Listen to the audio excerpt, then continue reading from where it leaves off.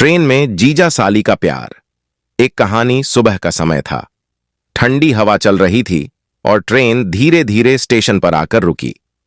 राजीव, जो अपनी पत्नी प्रिया के छोटे से गांव से लौट रहा था, ट्रेन के डिब्बे में चढ़ा।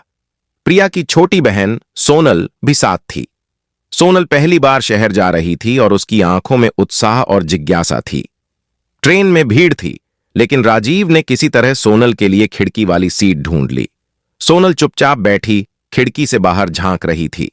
राजीव ने उसके लिए चाय का ऑर्डर किया और मुस्कुराकर कहा, पहली बार ट्रेन में सफर कर रही हो ना? सोनल ने शर्माते हुए सिर हिलाया। उसकी मासूमियत और सादगी ने राजीव का ध्यान खींचा। बातचीत का सिलसिला शुरू हुआ।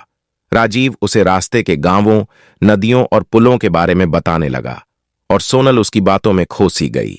सफर लंबा था और धीरे धीरे दोनों के बीच खुलकर बातचीत होने लगी।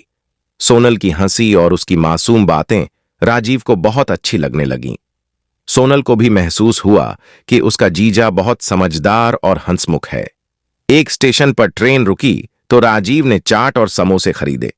दोनों ने साथ बैठकर खाया और उस पल ने उन्हें और करीब ला दिया। सोनल ने अचानक कहा, जीजा जी, आप कितने अच्छे हैं। दीदी कितनी खुशकिस्मत हैं। राजीव थोड़ा असहज हो गया, लेकिन मुस्कुराकर बोला, तुम भी बहुत खास हो सोनल, तुम्हारी सादगी में एक अलग ही बात है। धीरे धीरे सफर खत्म होने को आया।